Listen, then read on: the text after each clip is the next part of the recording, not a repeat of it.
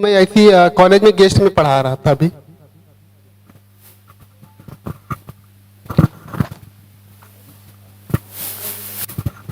Good morning, sir. Good morning, all of you. I am Dr. Aradhana Chaturvedi from Indra Kala संगीत विश्वविद्यालय खैरागढ़। मेरा ये दूसरा workshop है एपिग्राफी और पैलियोग्राफी में। मैंने कटक में भी डॉक्टर रविशंकर सर के अंडर में ये वर्कशॉप किया है, तो मैं बहुत ही भाग्यशाली हूँ कि मुझे दूसरी बार भी आपके अंदर ये पढ़ने का वर्कशॉप अटेंड करने का मौका मिल रहा है। Thank you sir.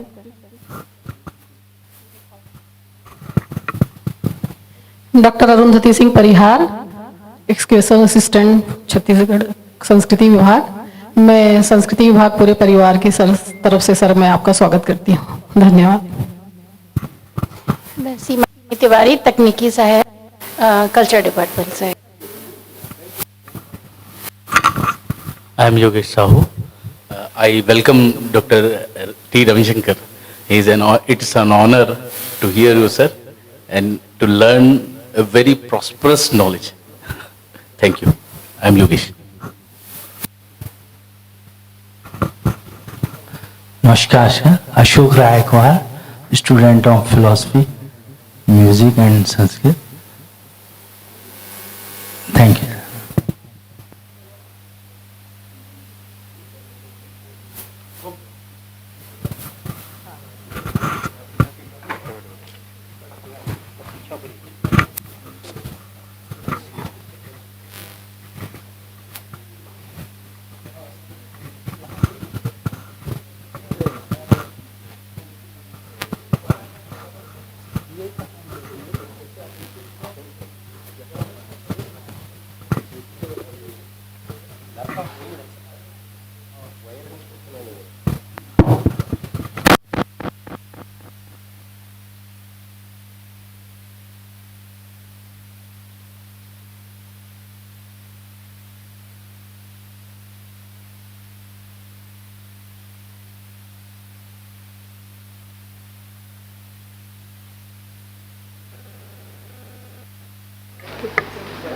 बैठो ना।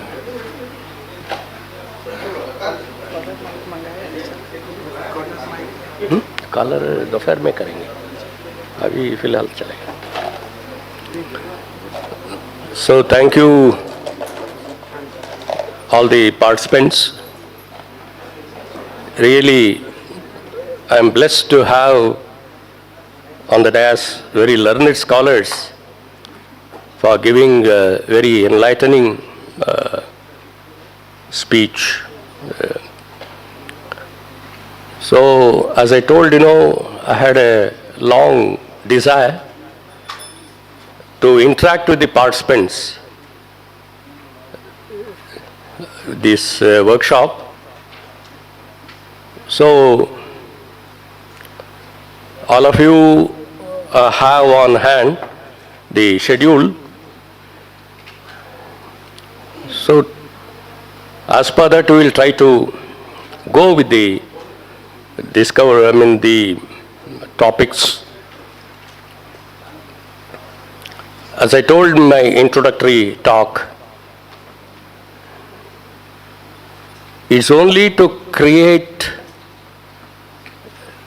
interest, as it is often mentioned.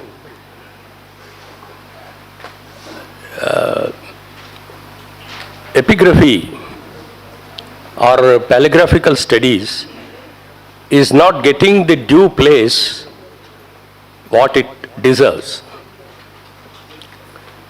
So, we will make efforts collectively. Again, if I keep thanking regularly or repeatedly, it's not out of focus.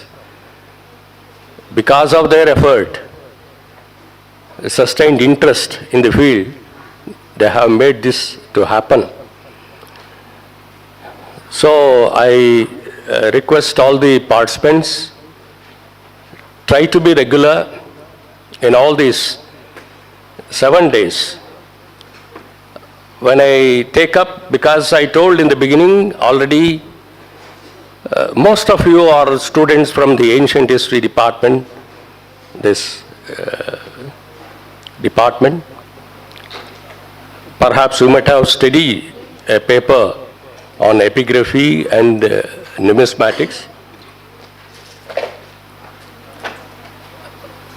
While addressing you, I forgot to mention there is a motto behind this to take you to the practical side of decipherment.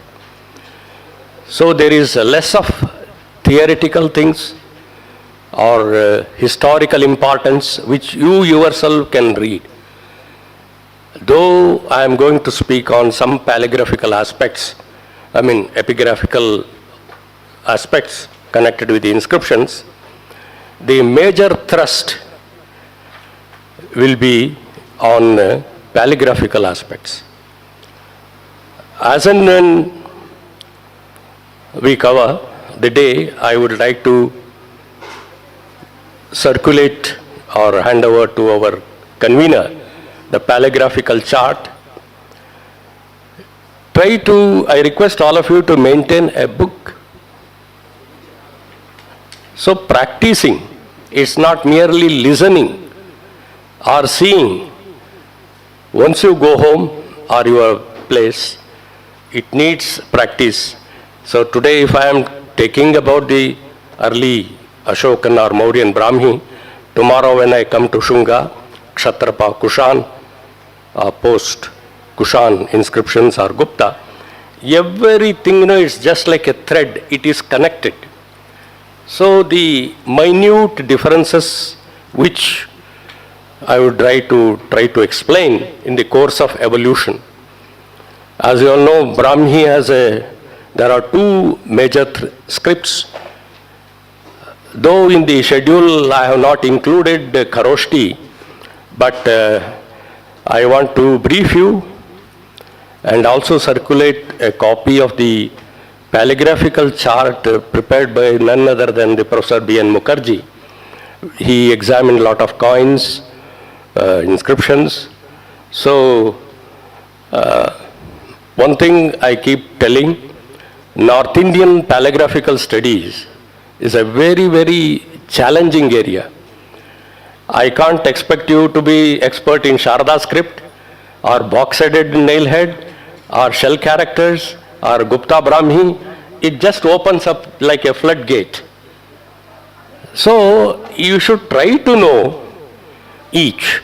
When you come across a Gupta inscription or somebody gives a seals and sealing belonging to that period, you should be able to identify. So the main thing, many of you may become archaeologists, but I would like to say here, epigraphy and archaeological studies, they go together. As it is a common experience to anyone, right from the beginning, Taxila, Hichatra, any excavation, Nalanda, anywhere, apart from large archaeological objects, number of epigraphical material also has come to light, maybe in the form of seals and sealings, coins, or some image with a pedestal inscription. So, mainly the archaeological excavation has yielded number of written material. So, in one of the talk, a multi-dimensional approach, that also I would like to narrate little more detailedly, and in the course of my survey, at least 4, 5 or 6, half a dozen archaeological excavations also I did attend, one which major being the Ayodhya excavation. I was there for 6 months. The season which I went, of course, it didn't yield any startling or very clinching evidence. That's another aspect. But tomorrow when one of you become an archaeologist, when you take up a site for excavation, it's quite possible you come across with a hoard of coins or seals and sealing.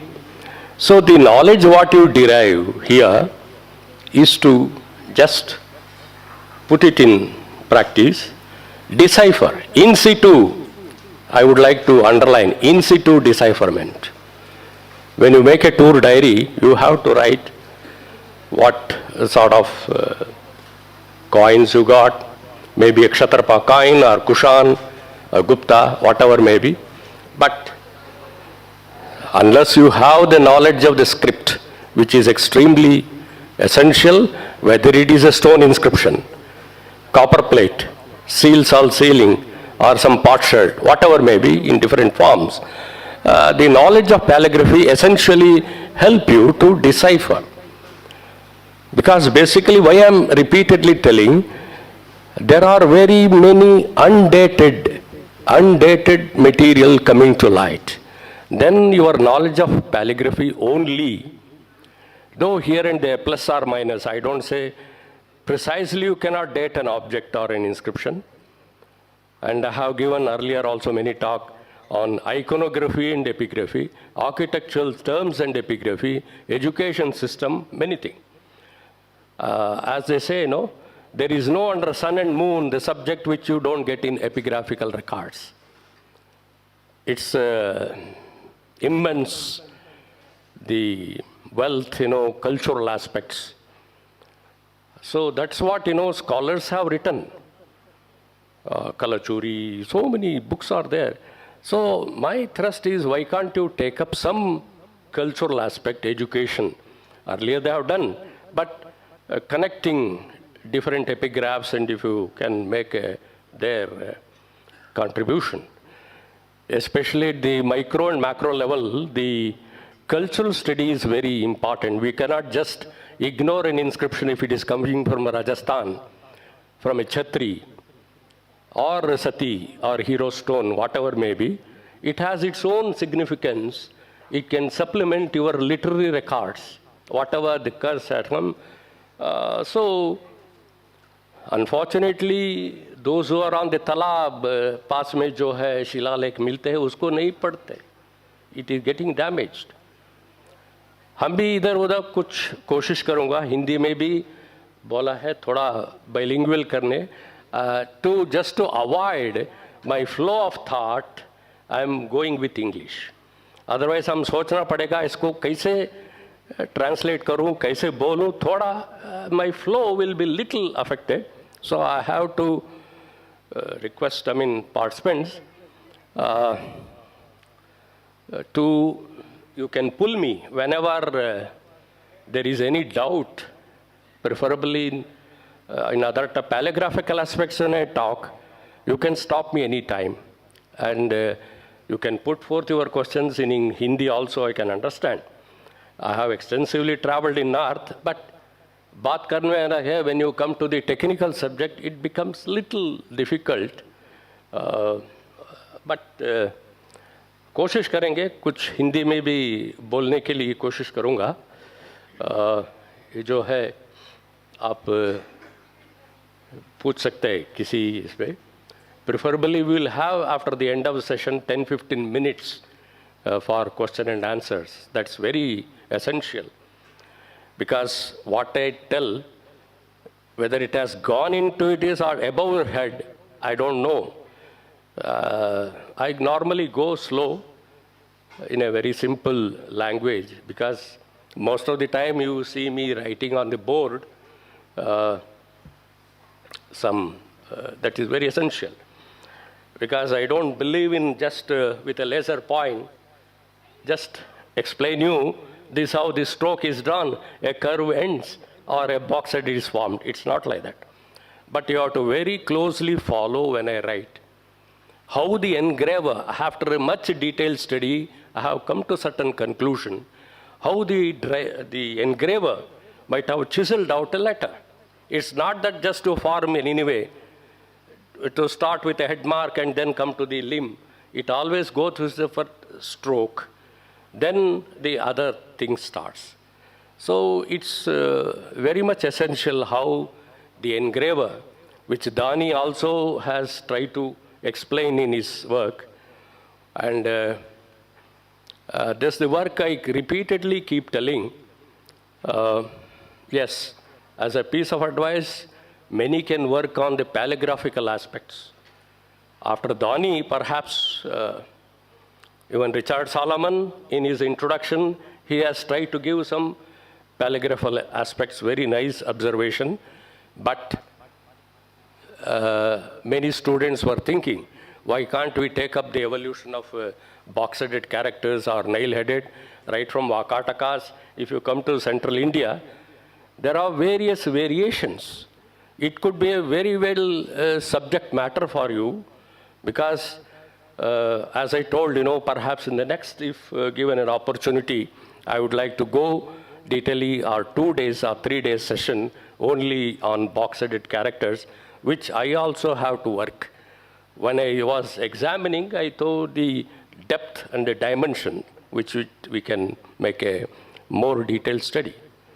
Yes, though there is not any paleographical aspects, when you read the book written by Professor Ajay Mehta Shastriji on Sharabapuriya, Somavamshi and Panduvamshis, in the introduction portion, he has dealt in a very brief way about the paleographical aspects.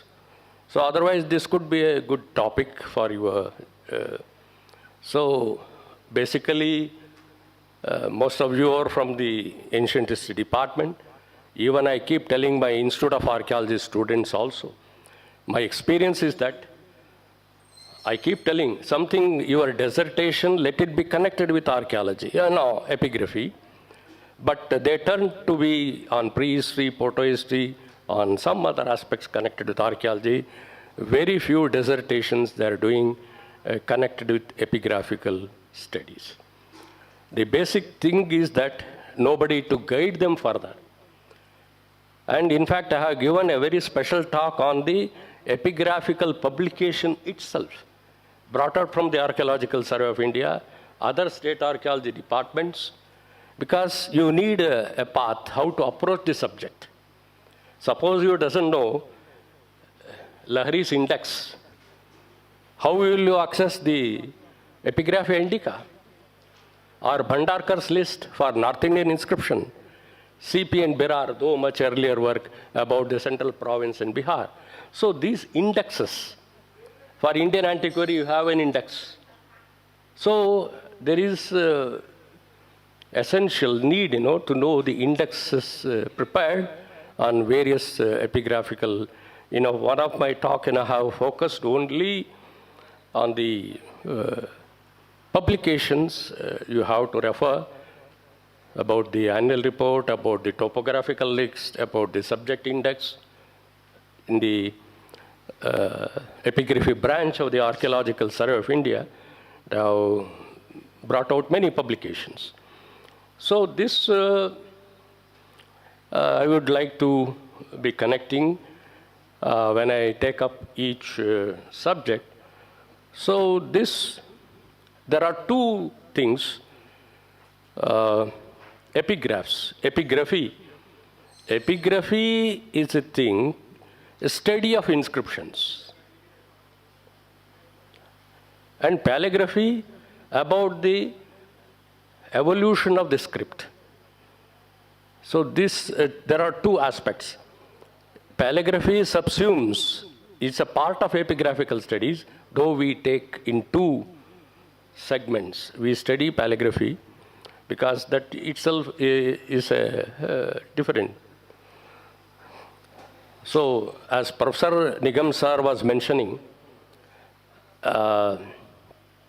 when you look at the inscription, yes, it's like a face of a coin, obverse and reverse, the language, the knowledge of the script, and the knowledge of the language in which it is written, both are essential. Yes, we do, because many of you may not be knowing Sanskrit or Prakrit, or somebody may be knowing. But what I personally feel, try to give importance now here to the script.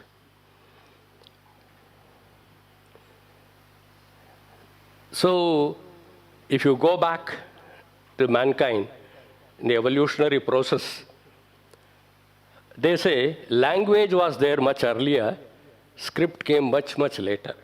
That's the, if you take the evolutionary process, the mankind as a whole, language was there.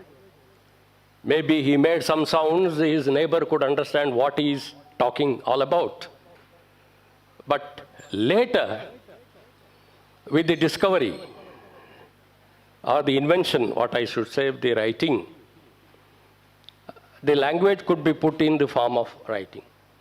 Suppose I speak Sanskrit alone without any script, without any, how will only a closed, a few section of people will try to understand because of the familiarity with the words or whatever. So instead of coming directly to the early Brahmi, it has been my practice to take you to the roots, the antiquity of writing system that prevailed in the entire world. We'll try to know something about the cuneiform or the wedge writing, whatever is very essential. And then come to the antiquity of writing in India, why there is a huge hiatus or gap in the system, and basically about the Harappan script. Because when you take Harappan script as in, we neither doesn't know about what is the script it is written and what language it is written, both are, we don't know. So, still, I want to give a very broad perspective about the Harappan also, then come to the antiquity of writing and the importance. These are the things that we will cover. So, epigraphy, epigraph is a Greek word to engrave upon. Preferably means, it means on hard material, like stone, copper, maybe on sealing. Sealing, of course, they form a separate study. Though we have writing on the coins, we don't, of course, bring it. Script, as I told, no knowledge of script do help.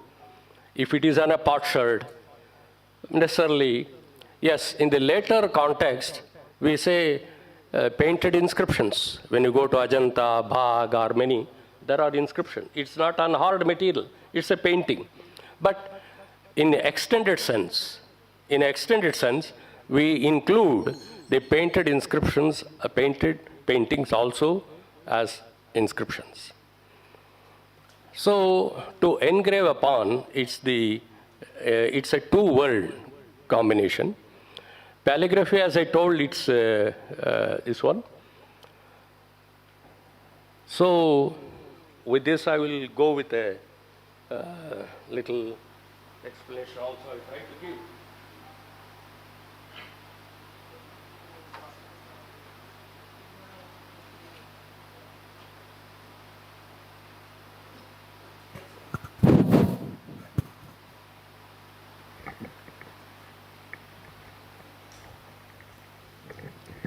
इसमें भी हो सकता है ना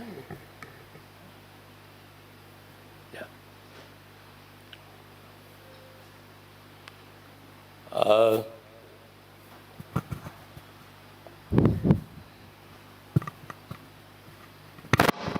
sorry.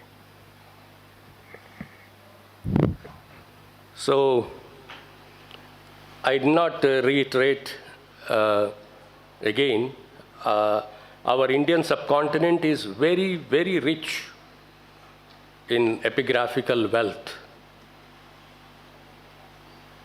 Because the huge corpus of inscriptions available, we could write volumes of history about the Chandela, Paramara, Pratihar, Gahadwalas, Guptas.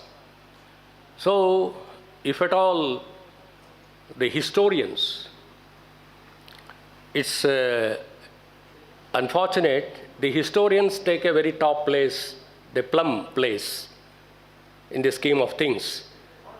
Even Nilakant Shastri would have used many, Professor other things, Romila Thapar or any, they use the epigraphical material, but we place them in a different pedestal, and the epigraphists are pushed to the background. The person who gives the source material is marginalized. But the historians who interpret things according to times, underline. So, they take the position. Yes, our former director, Dr. Ramesh Katti Sahab, many, they used to say, we should be very, very objective in our recording. What the inscription says, we have to be objective.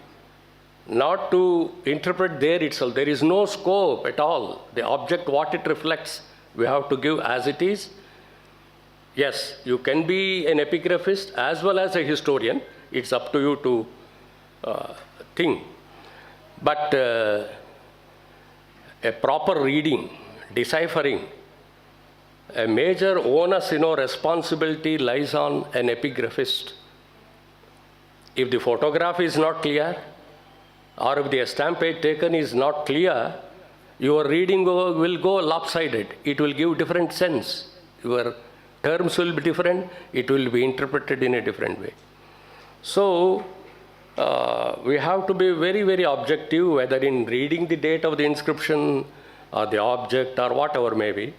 So that is the basic requirement of an epigraphist. Interpretation is secondary. So we have hundreds and thousands of inscriptions written in various, though basically, though Kharoshti also was one of the major script. We consider Brahmi as a pan-Indian script. Pan-Indian script, and Sanskrit as a pan-Indian language. From the earliest times, see, with the first phase I will go when I talk about the scripts and languages, but in a brief, there are two phases, the Prakrit phase and the Sanskrit. The intermediary phase I will explain when I come to that. So Sanskrit continued. It has a very long history. Even when we don't have inscriptional record, I've examined. You may question, during the Ashoka's reign, did the other group of, yes, I think they very well spoke. Language, everybody didn't speak in Prakrit itself. But only thing, they didn't put it in the form of writing. Whether it is secular religion, I think earlier people, they prefer to put it on the palm leaves. There's a very broad observation which I have made, but in course of time they perished. They didn't survive for us. This tradition of engraving, it has started from Darius, and perhaps it influenced the part of the Indian, this one, Ashoka started. Though in that period, we have 3rd century BC, we have half a dozen, little more inscriptions, including those from the Chhattisgarh, this Jogimara and Sitabanga cave inscriptions, which are also dated to the 3rd century BC. Prakrit. So this Sanskrit as a language, it did continue even the late medieval period also. Whether it is Mysore rulers or Nayakas, any dynasty you take, which apart from the regional languages, maybe local dialect, or Gujarati, or Bengali, whatever, they continue to write their copperplate charters or some inscriptions also in Sanskrit. So Sanskrit continued as an epigraphical language. It has the longest history. So So as a language, Sanskrit was used for a very long time.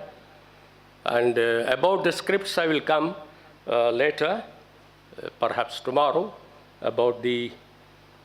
So epigraphs, apart from the archaeological source, it occupies a very important study as a primary source. What are the secondary source? The literary works are secondary source.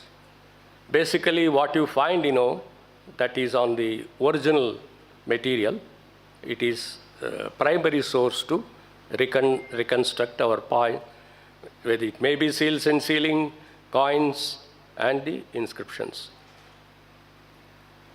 As Richard or Dr. Ramesh has said, there is no ancient Indian history without epigraphs. There is no Indian history. You find perhaps some Kushana terracottas or sculptures. What does it convey? Actually, epigraphs like a mirror, it holds before you the society that existed in the past.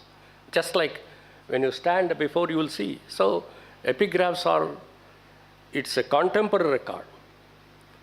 And there are a few inscriptions which goes even like Rudradaman inscription, which at least takes us back to another 400 years before. How during Chandragupta Maurya, subsequently during Ashoka, the canal or whatever they repaired. So they did have, and the chronological sense, if you see the Hathigumpa inscription, in sequence it gives what are his achievements from different regnal years, what are his conquests, what are his literary achievements. So there are a few inscriptions, of course, like Greeks, they say Indians didn't have a historical sense. That's nonsense. We should not say. These are all the colonial things, which they have been put before us. When the government or whatever, we want to rewrite the history. Are we not to go into the original records, set right what has been done wrong or what is to be done? So how can you ignore epigraphs to give authentic history or undo the things which other colonial people have tried to do, distort history according to that, emphasizing some other thing which is not required, leaving something which is very crucial, very important for the history. So it's very essential we have to look into the epigraphs to rewrite history. So it's a vibrant discipline. Don't think it is moribund or undated. Epigraphs, you can make it vibrant like archaeology. When you find a discovery, yes, I wish to say, there is too much emphasis on the Harappan or Indus. Yes, scholars, nothing, they focus only Harappan or only priestry, finding so many sites, and yes, let them push back the antiquity, that's all. But are we not to look into the other medieval period of history where important things are there? So everything is not Harappan only. If you ask, when I was interviewing some Institute of Archaeology, all they said, I am interested in Harappan study. Yes, I do agree, yes, for an archaeologist, but they have been told to an extent everything lies with the Harappan things. Yes, they should do some research, it's part of it, but at the same time, to make the subject more vibrant, more lively, we have to look into the other records. If you don't get this Shivagupta Balarjuna, how you will know about the Sirpur or this Rajiv Lochan, any temple for that matter, what's the history there? So many successors whom we all should try to know from the epigraphs. It's very essential. So other source being history, and history, what I construe, it is one big segment, history. Whether it is modern history or history, it is history.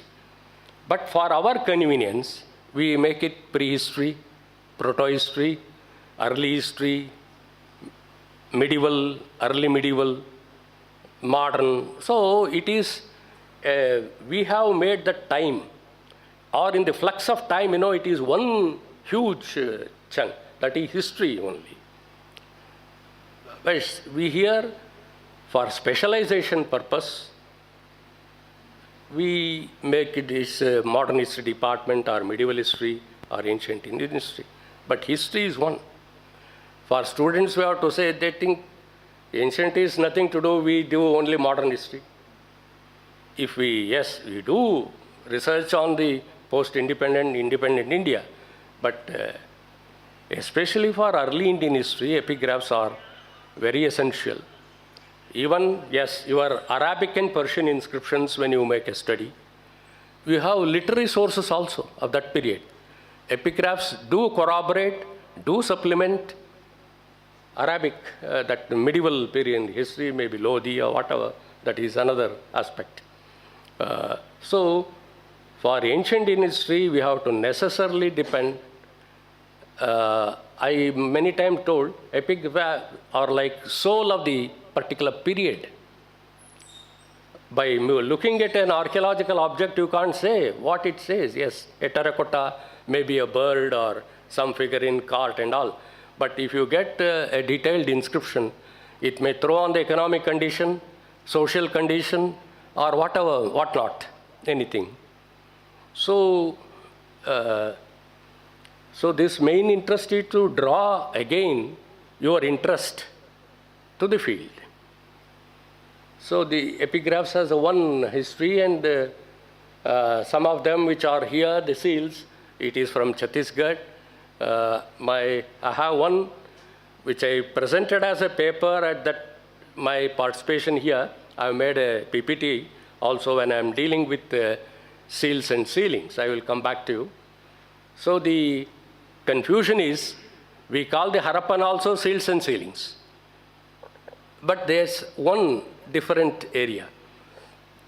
But the later seals, particularly from North India, we don't have seals and sealing from any of the excavations from the south.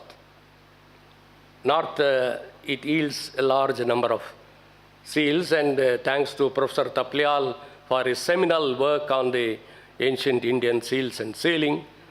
And later, the Gurukul Jajja, they have brought many good, they have a huge collection. I hope this department also must be having some, because I consider Chhattisgarh as very rich in seals and sealings. It gives from various range, from early period to, if paleographically you can date to various phases. Very important, including the bauxite, which is a rarity in other stone and other inscription. But you can see in seals and sealing. So this, why it is called proto-history? Because there are other participants from other background, little knowledge they require about this. Proto-history is because we consider, still we are doing research, because it has a writing above, and this one, for which we are all struggling. Academic world is making efforts to decipher this Harappan script. So this is proto-history, where prehistory we don't have anything written. It's pure archaeology. But proto-history is a phase where we have written record as well as the other archaeological objects. So proto-history, historical phase, we consider from the Ashokan or slightly earlier. Now, thanks to our Tamil, many archaeological excavation, even they have Adichanallur, they have tried to push back the existence of Brahmi to a much, much earlier 5th century or even little earlier. So that is the historical phase. History starts for all convenient purpose, we say from Ashokan or the contemporary records.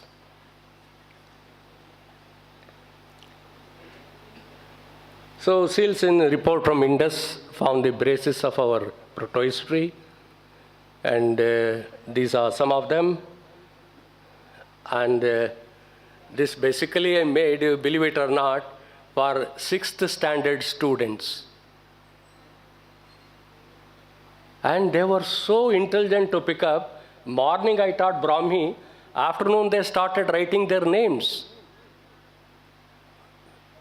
It's really, see, they don't know about Harappan, they speak about the Cretan and the other, because of the knowledge, the young children are so much attracted, there is no age bar.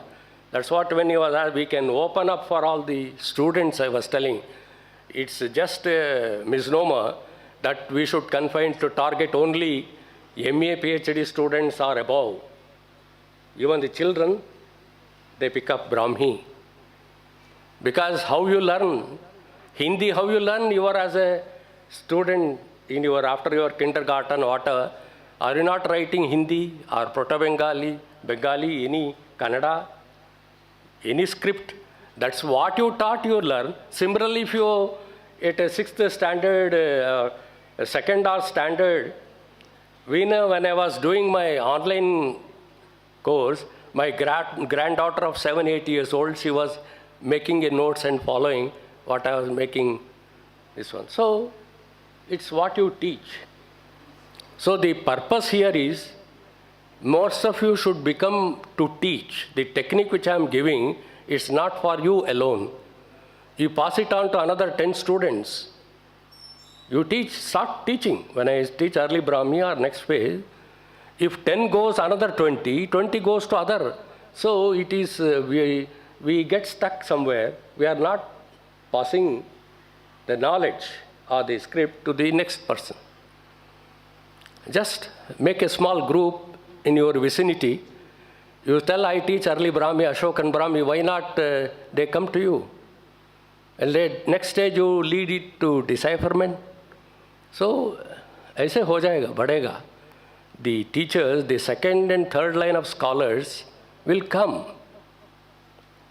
How long I can keep teaching? See, there is a certain limitation, certain thing, which I have been doing. But yes, to create awareness, what I say, epigraphy, when it comes, in 3 ways.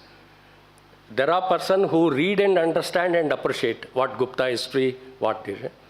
Other set of people want to go deeper into that, understand the paleographical aspect, inscription, and try to know. So 2 categories. I want you should come to the second category to become a dedicated, committed student of epigraphy to learn the script, not just reading. Gupta volume you can revise, you can read what Allahabad Prashasti says, what Mehroli says, what Aaron inscription. वो तो एक चरित्र पढ़ना okay एक बात है. अब इसके लिए आपको थोड़ा सीखना पड़ेगा and try to translate, take it to the next level. So this 3rd century BC for us the beginning, though we try to push it, and the languages employed in epigraphs are Prakrit for us in the early phase, subsequently from 4th century. There are early inscriptions that I will mention when I go in a detailed manner. This is the Rumindi pillar inscription. See, our methodology is such, the first acquainting with the script, each letter, vowel signs, consonants, and medial signs and all. Then I copy of the inscription. I strongly believe, even our other participants who took part in other sessions, when you write not in a distorted way, I copy. When you see Sahagora or Mahasthan, a portion of it might have broken. If I directly give you the original stone, you find it difficult. So it's better first to see I copy, where the damaged portion also, if Sa is broken, you can try to write it. So the beginner will understand, and the next stage is the facsimile. I consider that is the best teacher, whether it is Kharosthi script, box-headed. You have excellent facsimile in corpus inscription indicarum, epigraphia indica. Who you don't require any other teacher. If you look into the facsimiles, early, beautifully printed, you keep the text of the inscription, you read, and the other very easy, I keep the secret, not the I keep telling, if the copperplate inscriptions are there, the imprecatory verses, Swahasta, like the Swadattam, Paradattam, Va, any period, right from Gupta to any period, they are the same verses. But if you read, you will try to understand what is the vowel signs there, what are the consonants, what are the conjuncts.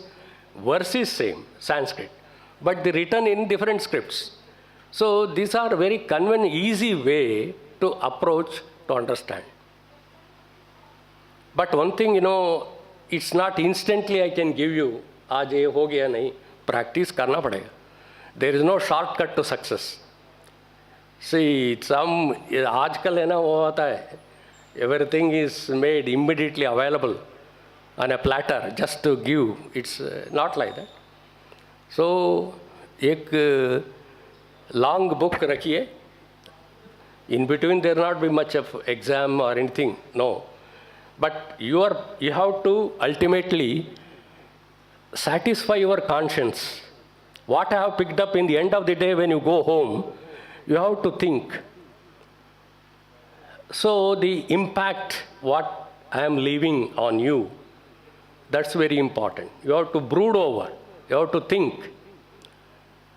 You comfortably relax and learn here, but at the same time you have to practice. So जब घर में जाता है थोड़ा book ledger type एक just think your teacher used to give imposition if you do some wrong, so I am giving imposition to you. So 5 बार लिखिए so that your letter will be registered in your mind. का कैसे बनता है, Gupta parent में क्या है, बॉक्सेटेड में अलग अलग इसमें प्रैक्टिस करना पड़ेगा. So tomorrow when you go to the next stage, you can follow closely. I told you it's one thread, just like that. Continuity is very important. आज सिद्ध मात्रिका पढ़ेंगे, कल ब्राह्मी नहीं, एक सीक्वेंस होता है इसको. इसीलिए I have scheduled like that, one stage after the other. 100 step early नागरी आप कैसे जानते हैं? अर्ली ब्राह्मी से होना है ना. You can't jump to the 100 step. 1, 2, 3, 4 ऐसे जाना पड़ेगा to go to the next stage. So this basic effort is very, very easy. Actually, teachers are like, they confuse you. Epigraphy is a very difficult subject. वो पढ़ना पड़ेगा, वो करना है, ये language नहीं, ये नहीं, सब ये बोलते हैं. So ऐसा नहीं. It's very easy. You have to prepare yourself. I keep telling. आप आधा दिन नहीं निकाल सकते एक दिन में कुछ प्रैक्टिस के लिए. So now I am come and going after 7th day. So you have to how to stay connected with the subject. You have to connect it. अभी वो भूल जाएंगे, but after 1 month, you will forget. You will forget. Coolly you will forget it. So to get into that, at least half a day, half an hour, कुछ epigraphy related article पढ़िए, maybe Journal of Epigraph Society of India or some epigraphy India. So you have to, when you schedule your day, you are reading on archaeology, if you keep some time, maybe a later inscription, maybe some early, but something connected with the inscription आप पढ़ना ही चाहिए. Otherwise, after some time, I have to come and refresh you. What you have done, I have to come again. So that the refresher courses are good. That's what our earlier archaeology, Institute of Archaeology, they used to do very periodically refresher courses. जब ये लोग पुराने लोग बैठे इधर, वो ज़माने पढ़ते थे, फिर after 10 years, how to connect them. Again, we have to teach them. Make a small workshop. And there was a time, many archaeologists, they used to take part in this activities. If you see Amalanand Ghosh, what a great, he has contributed some articles in Epigraph Indica. A Ghosh, great personality. So, archaeologist, come epigraphist. That should be the thing. This how the two major, one is Brahmi, another is Kharoshti, which I will come later, beginning from third, this one, Kshatrapa, Shunga, I will come to that later, because this is with a different purpose. I made a PPT for some students, because when they see, Lumbini भी देखेंगे और इलाहाबाद देख कैसे थोड़ा लगता है, थोड़ा कुछ उनको समझना चाहिए, इसीलिए मैं थोड़ा कुशान भी लिखा हूँ, क्षत्रपा भी इसमें दिखाया है, how they look different when you read. So inscription from 4th to 6th centuries, I will, early Brahmi we say from Ashokan to or 3rd century BC to 2nd century, or 3rd century Common Era, we say early Brahmi. And 4th to 6th century, we call it late Brahmi. Pre-Gupta, Gupta and little contemporary records, we call it late Brahmi inscriptions. So just, and these are all which you are going to deal in these 7 days about the box-headed. These are all the derivatives, Brahmi and its derivatives. It's called mother of all the scripts in Indian subcontinent, in the SAARC countries, Sri Lanka, any country, and including Southeast Asia. If you go, this 5th century Cambodian records, they are very much connected to the Pallava or Kadamba, like that, of this phase, early phase. So this, we will read about the Sharda, early Nagari, Proto-Bengali. I am not, each one area is meant for specialization. Earlier we used to invite Kaul Diyambi to deal exclusively on Sharda script. There were persons you name, for example, Shobhana Gokhaleji used to come for numismatic studies. This early numerals. Of course, then S.K. Acharya, Subrat Kumar Acharya has done. But we had scholars. We used to invite Professor Mukherjee to deal with Kharoshti and the shell characters. So you name one authority, we had such persons who had made a very detailed study. But yes, you can specialize in one area. आप कुछ कल Sharda script आपको दिखाए तो बताना पड़ेगा किस Sharda script, क्या कम से कम पढ़ने का कोशिश तो होना ही चाहिए. But you specialize, maybe in box edit tomorrow, when you, this is only to give a broad picture of all the scripts, including South. I told you I will talk about the Satavahana and Ikshwaku. Later period is difficult because of time constraints. So more focus will be on the North Indian scripts, and the Chhattisgarh, put together Madhya Pradesh, you have representative inscriptions of every phase.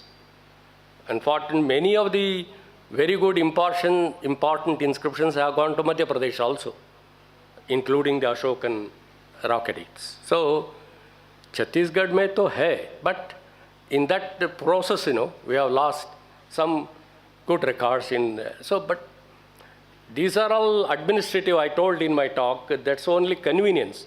Tomorrow, they will carve out many more districts. It doesn't mean we have to confine ourselves only to Sarguja district or Bastar. थोड़ा administrative इसके लिए वो अलग-अलग बनाता है. There may be more tehsils, more districts in the days to come because of the population and many reasons, other reasons for developmental activity. That's totally from a different point of view.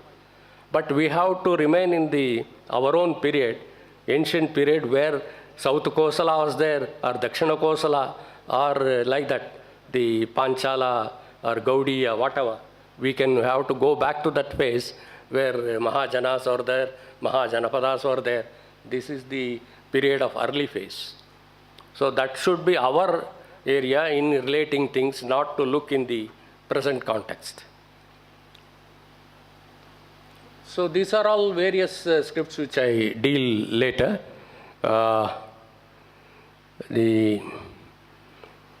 As I told, the two major divisions, one is the copper plate, lithic or stone inscription, and the copper plate. Copper plate, comparatively they are very large in number. You name a dynasty, there are a larger number of copper plates also. And there are certain dynasties like Gahadwalas or Maitrakas of Vallabhi. To reconstruct their history, we have to solely depend on on their copper plates. Similarly, the Vakatakas also. There are few stone, of course, in Ajanta, Ellora and other regions. But there are certain records where we have to depend on the copper plates. So it has its own significance, two major categories. And stone, I will tell you what are the Yupa inscription, Sati stone, hero stone, pedestal, अलग-अलग forms है, वो बाद में बताएंगे.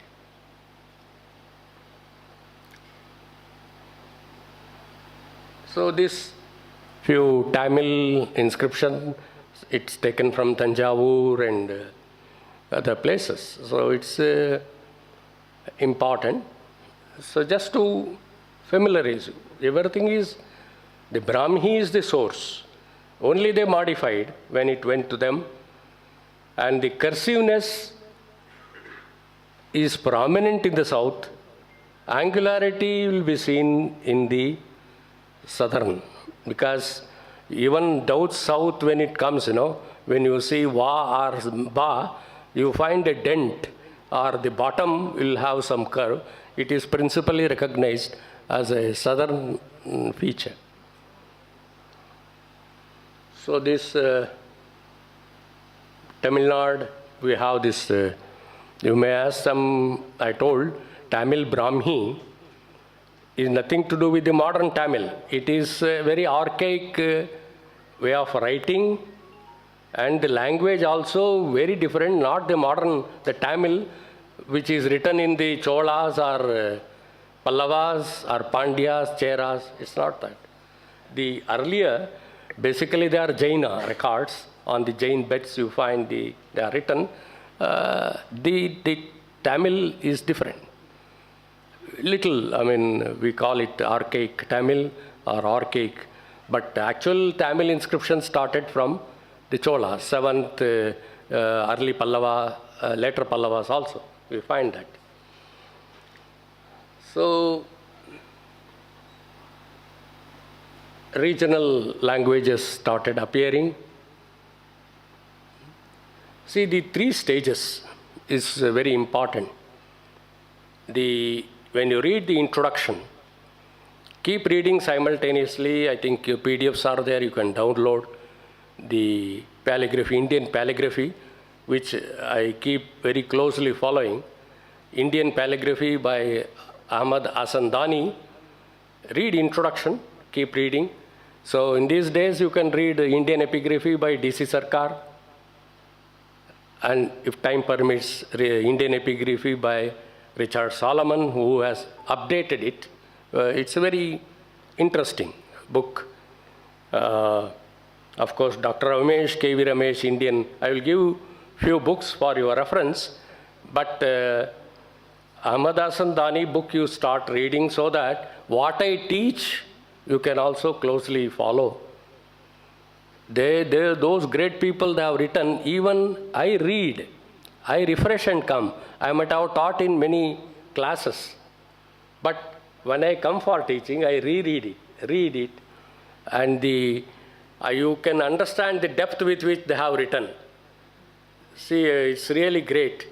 See, if D.C. Sarkar, let alone the inscription, Sarkar's article, we have to reread it to understand what is written. Leave alone the other interpretation, other terms, the language. And if you go little early phase when Britishers like Kilharn, Hulsh, the language is something remarkable. Because when they translate any verse in Hindi, English, they bring the true spirit of the inscription in which it is written. Why we have given up the translation? Now we can't do that. We don't have that command over the language. I am not to praise the Britishers, but the spirit, I am not, you can do in the same thing Hindi also, that is, language is nothing, it's good. It's very happy if something is in Hindi, आप लिखने की कोशिश कीजिए, पैराग्राफी, box-headed, nail-headed, because you're basically here, you can do that, so that it can reach a wider publication. Why I keep insisting on English, some words, corpus inscription आप हिंदी में पढ़ना, English में, epigraphy indica, many international journals, आपको English में ही पढ़ना पड़ेगा. इसीलिए language yes for common थोड़ा कुछ इधर उधर इंग्लिश का भी होना चाहिए, थोड़ा understanding and something. Tomorrow you right A article, give it Hindi में, साउथ में कम लोग पढ़ते हैं. So even now with all that, if a common medium English, I think it reaches every part of the country. Otherwise, many great good articles written in Kannada, those section of people only will be able to read Telugu or Tamil. Yes, you are restricting your knowledge to a particular state. But once you write in English, it reaches the all over, from Kashmir to Kanya, anybody can understand. So it has its own advantage, and this one, yes. Some textbooks I particularly feel, many you are, I think they have started, T.P. Verma ji hai, many people they have written beautiful Hindi books. अभी थोड़ा आगे भी लिखना चाहिए हिंदी में for many such calligraphical work. Because why I take the T.P. Verma is a great calligrapher. Right from C.S. Upasak, he created a line of scholars, like from our Gwalior जो है ना, नागरी लिपि में Singh, A.K. Singh, he has written on Nagari, and there are many, like at least I know half a dozen of people or more, all his students, they have written on the calligraphy aspects. So we need, again, to write all the things. So copying, this establishment of the Asiatic Society of Bengal is considered a very unique event. Because with that establishment, I will tell the year later. So Dani has classified in 3 stages. First stage, throughout India, they went on copying inscription. That was the later half of the 18th century. Scholars were going around, copying throughout Indian subcontinent inscription. That forms the first phase. Second phase aa gaya to prepare calligraphy charts, because scholars needed some guidelines how to look into that. That's why I read from Hulsh to Bueller to many. They started writing charts, including C. Sivaramurthy, wonderful book. Though basically it's a South Indian, but equally when I see the I copy, beautiful. And what a monumental work, 100 and above years, Ojha, Gauri Shankar Ojha, even now, even to this day, we follow his works. But what amount of exertion, jo text, I copy, I tell you, please do write I copy. शिवरामूर्ति as Ojha साथ में रखिए, जो I copies जो दिया है, right from Ashokan to different phases, आप रोज लिखिए. I copies is very, very important. उसको एक अलग इसमें, it's a pleasure. You become ultimately one day good calligrapher. You type it, it will be very mechanical. Yes, and that too your language will be different in a laptop, jo email, anything. So the amount of affection, love and everything what you write to your relative, your own, this one, that is something, and you put all calligraphy in that. You make effort. So basically you have to start writing. एक तरफ वो chart देखिए और दोनों book रखिए आप, because I copy what I am showing, it is mostly from the Sivaramurthy's book and also from Oja. And I also try to do, whenever I have time, I was writing box-headed characters यहाँ आने से पहले, then I could understand each letter, how the stroke goes to the right and lengthening of वो sign कैसा है. It would be very minutely shown, but at the gross level you will miss it. Unless you see specifically, focused eye, you can't see that.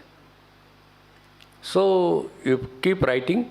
It's not only the 7 days, this should be, think every day its course is on.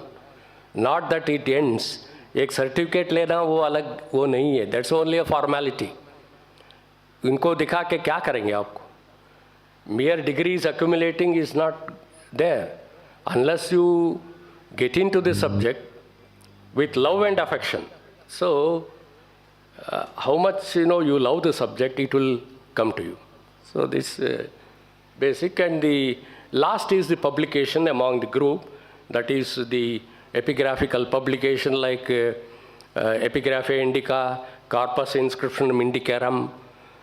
From ASI brought many things. Even the state archaeology, also the like TTD, Tirumalai Tirupati Devasthanams, and the many corpus, because when you see, Hyderabad archaeological series, Mysore archaeology, there were the time. Now they have stopped all the publications. Now, Nigam sir was referring to Mahakosal that, the so many journals, whether it is Orissa, whether it is part of this one, there were great scholars. They used to periodically bring their research material to the scholars. Now that has stopped. So we have to revive this tradition which our forefathers have started. Maybe sometime we have to compromise with the quality of the work. That see, if you always keep as a Keelhorn, a Hulsh as your model, you can't do that. We have to improve. At least nothing, in stuff, nothing, you are doing something. So the best part, what I would like to say, the heritage, what Mallar, when I visited, it's a heritage village. See, my talk doesn't end without referring to Mallar. Whether you go to the sculpture shed with the earliest Brahmi inscription, and then many things. And every step you go, either in the villages also they have put on the lintel some architectural member, either it may be Jain or something, some vestiges you find. So there may be very good epigraphical material also, unless excavations are carried out in some more detail. Why they have to take up again Purana Kila for their excavation? They have done, but they are expecting something more to fix certain things. So here also excavation should be a very active thing. And I will tell how we used to conduct epigraphical explorations also. Because to break the monotony, sometime I will give my personal experiences also. How I faced, that will be part of it, just to give add liveliness to my talk. So this is the publication, and then I told 1784 is a landmark, great impetus. So many epigraphists and palagrapher made, right from Prinsep, the father of Indian epigraphy, who in 1838 gave us the entire key. There are many scholars Indian scholars. We have to recognize their contribution. Again, I wish to say, we not highlight always the Britishers. Henry Cousins or Holmes, they have done. But behind that, we have to trace the others, Why are we not to observe a day connected it to Gauri Shankar Ojha? For their country, or for that matter, if you know Hiralal's date, for the immense contribution he has done to this region, we should observe those days. In the name of epigraphical archaeological study, why not have a memorial lecture on DC Sarkar? So these things, we have to, at least we will remember their contributions. And then Prince of, yes, he did. But there are many Indians, we have to recognize them. And this, we have to highlight in our textbooks the contribution made by our Indian paleographers. How many of us school children know about Gauri Shankar Ojha? Not alone the college students. They don't know. So we have to highlight that, and many publications have come.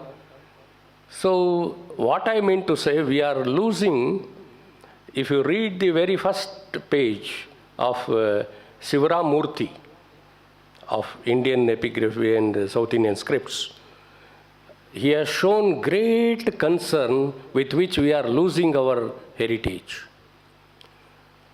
Today, you may be here in some part of the village, in our own place, while plowing, if he gets a copper plate or a coin hoard of gold, he may be just melting it for the value of the either silver, gold or copper. Even copper plate while plowing he may get. How many records we are losing in different parts of the country, God alone knows. If we try to recover them, it will add one page of his history to our. So many stones are getting destroyed, especially they have cited in the villages. Good stone blocks, they are using for washing clothes. I have seen many in the construction activities. This, thanks to our reality, the property builders. They are the sharks. They are swallowing many historical vestiges also. In the name of construction, we are losing many valuable things. So this, with a very great concern, in the early part of the 40s, if he has expressed, Sivaram Murthy, now alone. So I keep telling the students when I address, in your vacation when you go to the villages, at least make the villagers, the rural public, about the importance. When you go back, you just spread the knowledge. See, these are very important historical documents which tells about your ancestors. If it is there, in a country like Germany, if 300 years history is highlighted, a country which has 5,000 years we are ignoring. They make a very beautiful museum, highlight all later objects and this one. Here we don't regard. There is one Kannada, Hittala Gida Badal, that is when you grow some medicinal herb in your own house, it has no value. If it is something, so the same thing they will put it.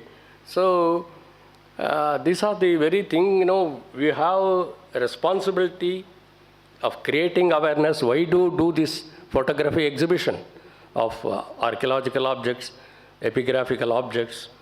So to create awareness among the public, to sensitize them about the richness of our great heritage.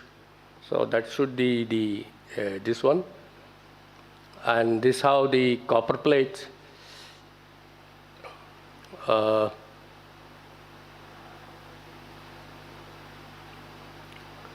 we have to preserve our heritage to the, whether it is cultural, we do observe Museum Day. So unfortunately, right from National Museum to Indian Museum, where, yes, they do take care of the numismatic section, but unfortunately, epigraphs we don't have regular gallery where they are highlighted in a way it is required. Somewhere they put outside, some even in National Museum, I don't know, they are strewn outside.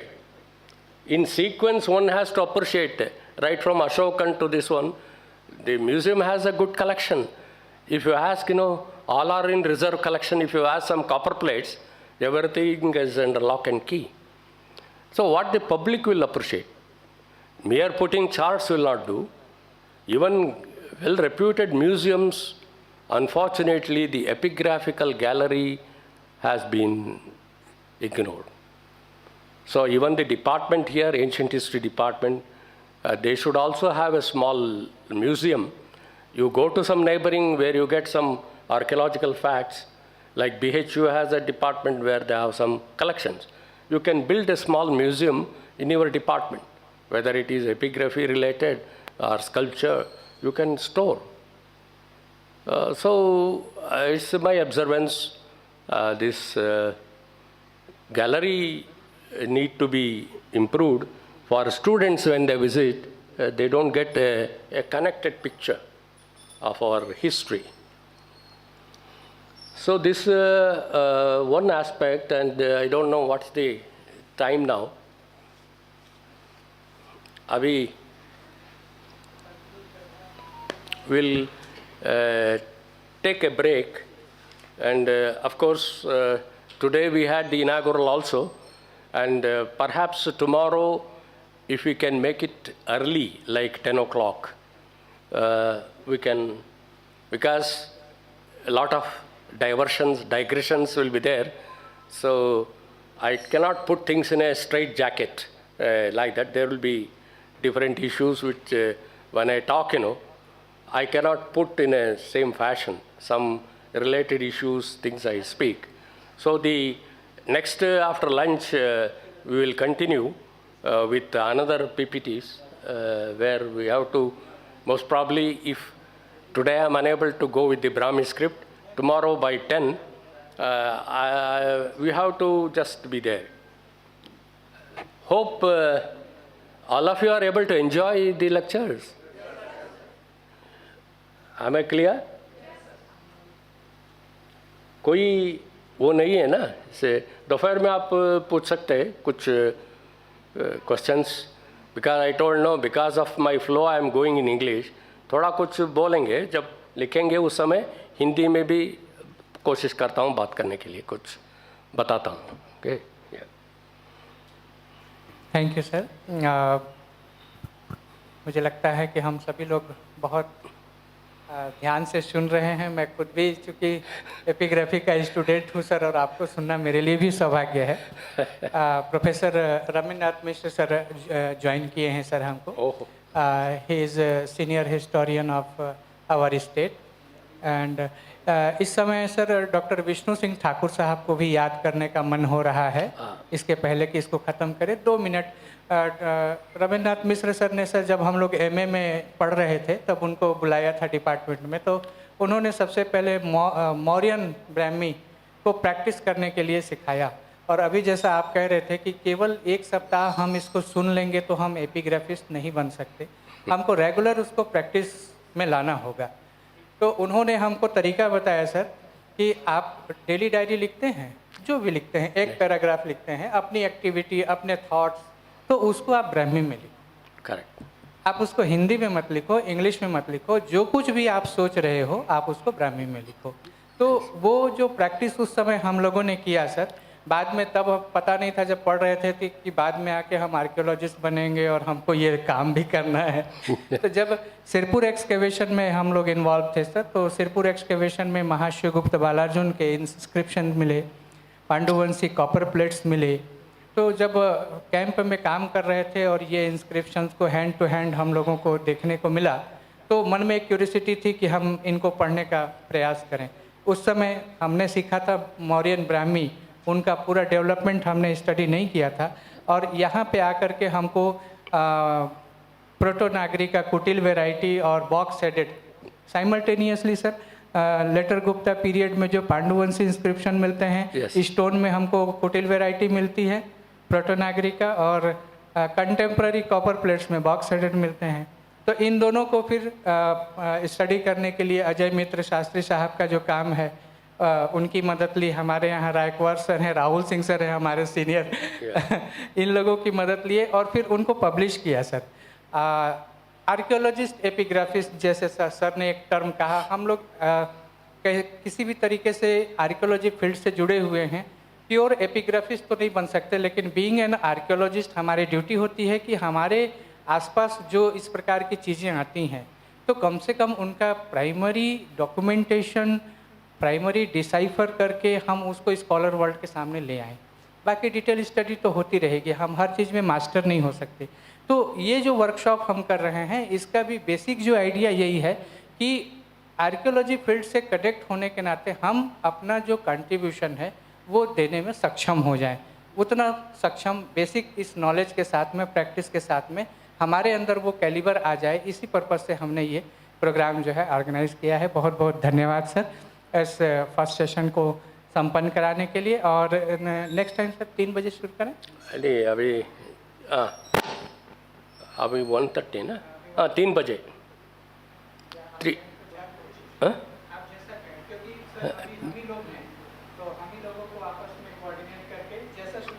या 3 बजे करेंगे 3 to 5 because I have to go with some more PPTs which I could not complete in the morning. So I have to stretch my time.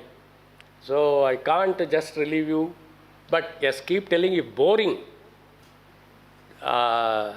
कुछ ऐसे है तो थोड़ा बोलिए, because that is very important. So ये one way नहीं होना चाहिए आप लोगों की तरफ से भी, बीच बीच में लेकिन सही समय देख करके। बहुत सीरियस टॉकिंग चल रहा हो तो बीच में इंटरप्ट न हो। जैसे सर ने अपनी बात कही तो उससे रिलेटेड हमारी क्यूरियोसिटी है। You share your some personal experience, कुछ बोलेंगे ऐसा है, you can divert me if something is very seriously if I am talking you can. हमारे साथ सर बहुत से स्टूडेंट भी जुड़े हुए हैं जो फील्ड में जाते हैं।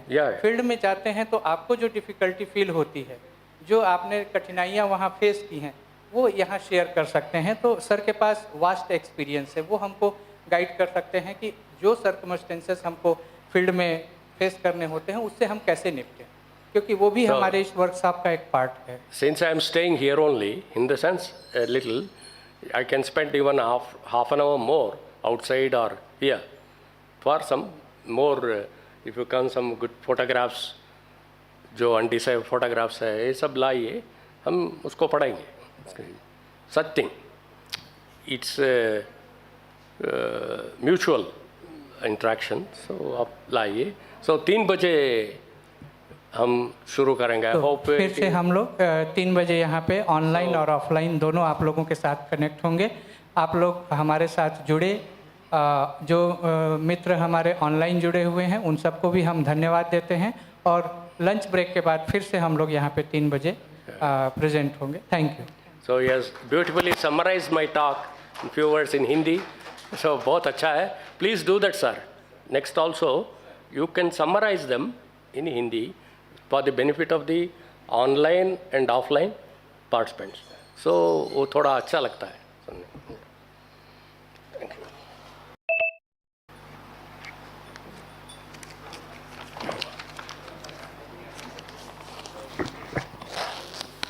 ये पेन ड्राइव यही रहेगा, नहीं क्लोज करना पड़ेगा ना।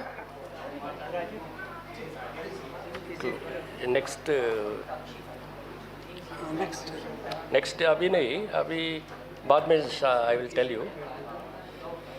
क्लोज करके सर को लेके जा रहा हूँ। या इन लोग लोकल ये जो खाने का वर्किंग लंच है, थोड़ा रेस्ट लेके आता। सर नई दुनिया से आपसे थोड़े से मिलेंगे। ओके ओके, तो 5 मिनट उसके बाद प्रोजेक्ट के लिए चलेंगे। Okay okay, no problem. बैठिए यहाँ पर।